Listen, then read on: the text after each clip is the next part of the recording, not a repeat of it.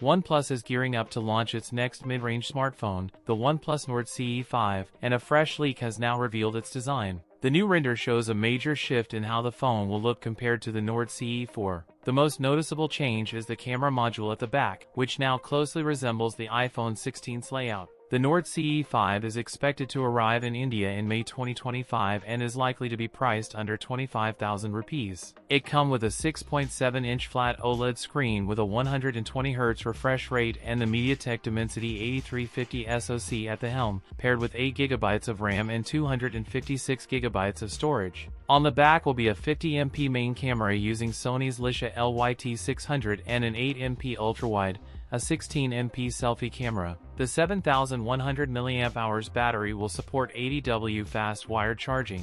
That's it for today's video. If you enjoyed it, don't forget to like, comment, and subscribe for more content. Thanks for watching, and I'll see you in the next one.